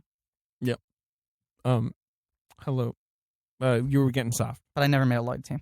What I was going to say is we had this message chain. We were like, what would our podcast be? Mm-hmm. Star Wars, this and that. Where would we do it? And I said, let me reach out to Ben Hosley. You remember Ben? Excuse me. That's not true. You're getting it wrong. You said, this is a good idea, but I don't want to do it myself. Like, Yes. we would need to find someone who would, like, help us Okay. produce and host. I said, I'll reach out to the UCB. You did mention Ben Hosley's name because, of course, you had worked with done the TCGS podcast, which you had guest hosted I bet I could find the email. a number of times. Uh-huh. Ben had moved over to UCB. And so you mentioned him. And I've been talking about a little bit. No, you know what? You didn't mention him. It was Murph Meyer who told me about him, who, like, reminded me. He had, like, texted me saying, like, hey, UCB's interested in podcasts if you want it. I think I mentioned him, but I think I mentioned him in this capacity. I gotta which is find the the point email. I'm going to make, okay? I think the capacity I mentioned him in was He's at UCB now. There's no way he'll go for this. I Like, I was like, at his old job, Yeah, he right. might have been able to sell it, but now he's working for the man. They won't want this dumb idea of us talking about Star Wars. Hey, Ben. Hey guys, I remember this all very fondly. And I sent Ben a very long email pitch, and I Yep. said, I know this sounds like a dumb idea, but I really think we could make this No, work. you're way off. All right, Well, I'm yeah, fine. you sent it to me and Todd, the former artistic Yes. director. of I UCB. definitely wrote that pitch, Let me David. see. I'm trying to find I it. definitely wrote that You may pitch. well have. Because I write so few emails that I remember when I actually take the time to write one. I'm so good at not writing emails, but the ones I do write stick out in my mind. I guarantee you I wrote that. I'm just finding it. Well, all right, I'll jump in and say, because you guys don't even know this. So Todd came to me. Yeah. And he was like, "Did you see this email from Griffin?" Yeah. I'm Yeah. like, yeah. They I don't know if this is a sustainable idea. Because the pitch was they just wanted to do a Phantom podcast. Our pitch was every Here's the- episode focus on one character. Here's the weird thing. We're both right. You wrote a pitch, but Yeah. I emailed it for some reason. Oh, interesting. Yeah, here I'll read the email aloud. Hey, Ben and Todd, my pal Murph Meyer. I always forget how you Murph say it. Meyer. Murph Meyer gave me your emails because me and my friend Griffin Newman are looking to start up a somewhat unusual podcast, and I thought you guys might be interested over at UCB. and then Yeah, I'm I like, definitely wrote this. and This I- reeks of Griffin. I wrote this part, and Okay. I'm like, I work at the Atlantic, and Griffin's a comedian, or UCB regular, you Sure. know. Let me throw you our pitch, and then suddenly the font gets smaller, so I've obviously like copy pasted something, Yeah, okay. and this is the Griffin stuff. I'm not going to read it all, but it's Should a read it. lot. You read a little bit of it. We want to do a podcast entirely and exclusively about Star Wars Episode 1, The Phantom Menace. We started talking about this film recently and started realizing how weird that fucking thing is, especially when you start examining on a macro level.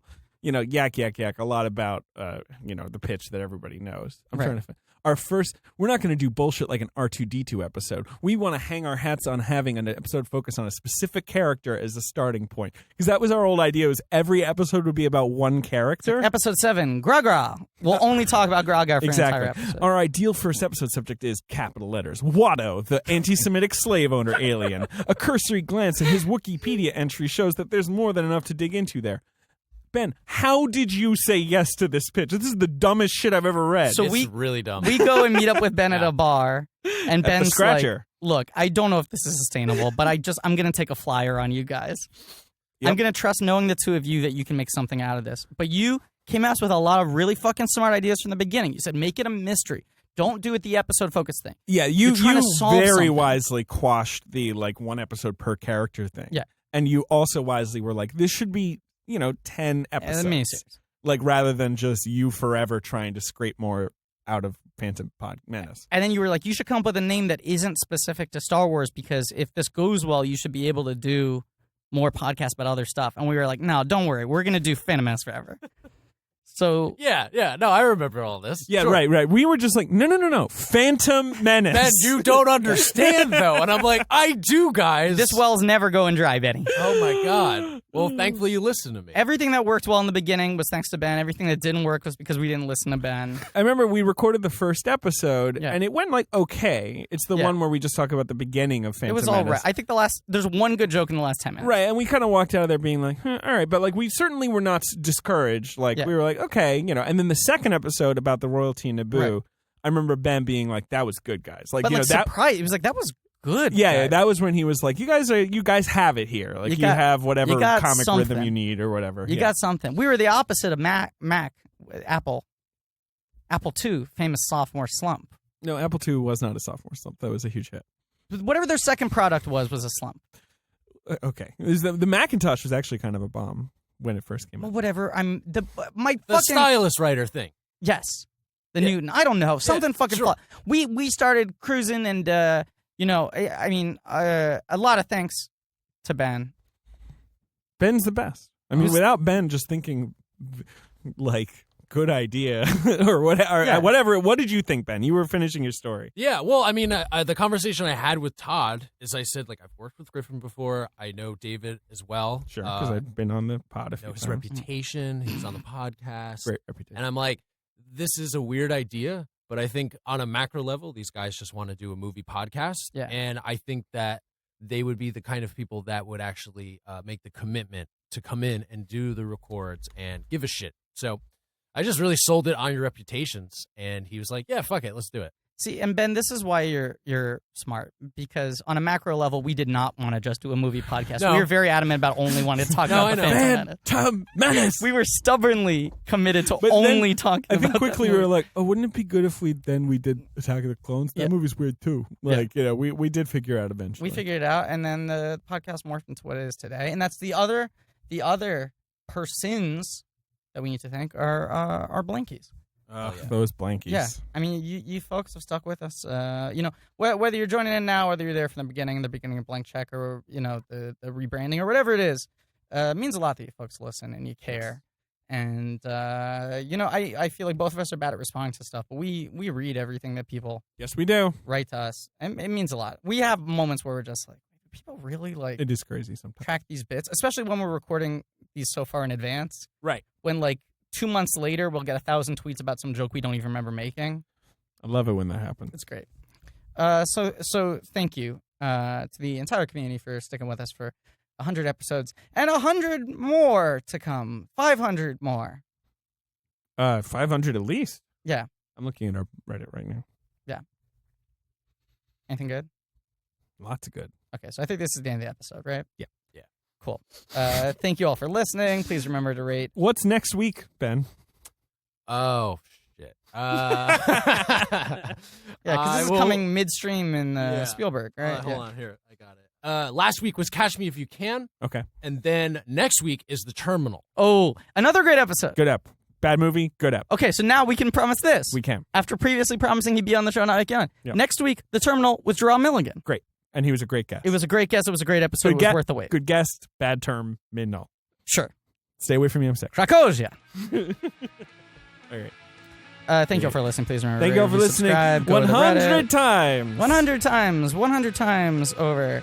And as always, from the bottom of my heart, thank you, Ben, for taking a shot at me. Love you guys. Love you too, Benny. Next week is going to be AI. Oh, wow. Oh, good app. And let's announce this. 'Cause we David have it. Reese. David Reese. Holy shit, that's a good app. How Sharpen a Pencil, going deep with David Reese. Get your war on. Fucking legend. Election Profiteers, Profit Election Makers. Profit Makers, one of the best goddamn podcasts that you would never want to listen to again Yeah. because you never want to re-listen to 2016's election. But a thrilling episode, a thrilling guest. One of my favorites of the miniseries. Love David. Great episode. An academic one. I mean, we go hard on that. Oh, yeah, it's a thinky episode. It's a thinky thinker. episode. Mhm. I wasn't able to make that one. Oh, that is true. I sent Oh, yeah. someone in my place. Yeah, but hey, no spoilers. I smell a bit. You guys should listen to the Election Profit Makers mixtape, though, if you ever want to listen to some fucking fire tunes. Yes. David Reese. Okay, so tune in for that next week. Ben, what was last week? Oh fuck! I already fucked it up too. Last week was Saving Private Ryan, right? Yeah, I got the annual check awards confused with this one. He's an idiot. Yeah, So we already did that. So I you can listened to cut that months in. ago. Yeah. Cut that out. Fuck! I'm sorry, guys. So wait, what's next? This has been a UCB comedy production. Check out our other shows on the UCB Comedy Podcast Network.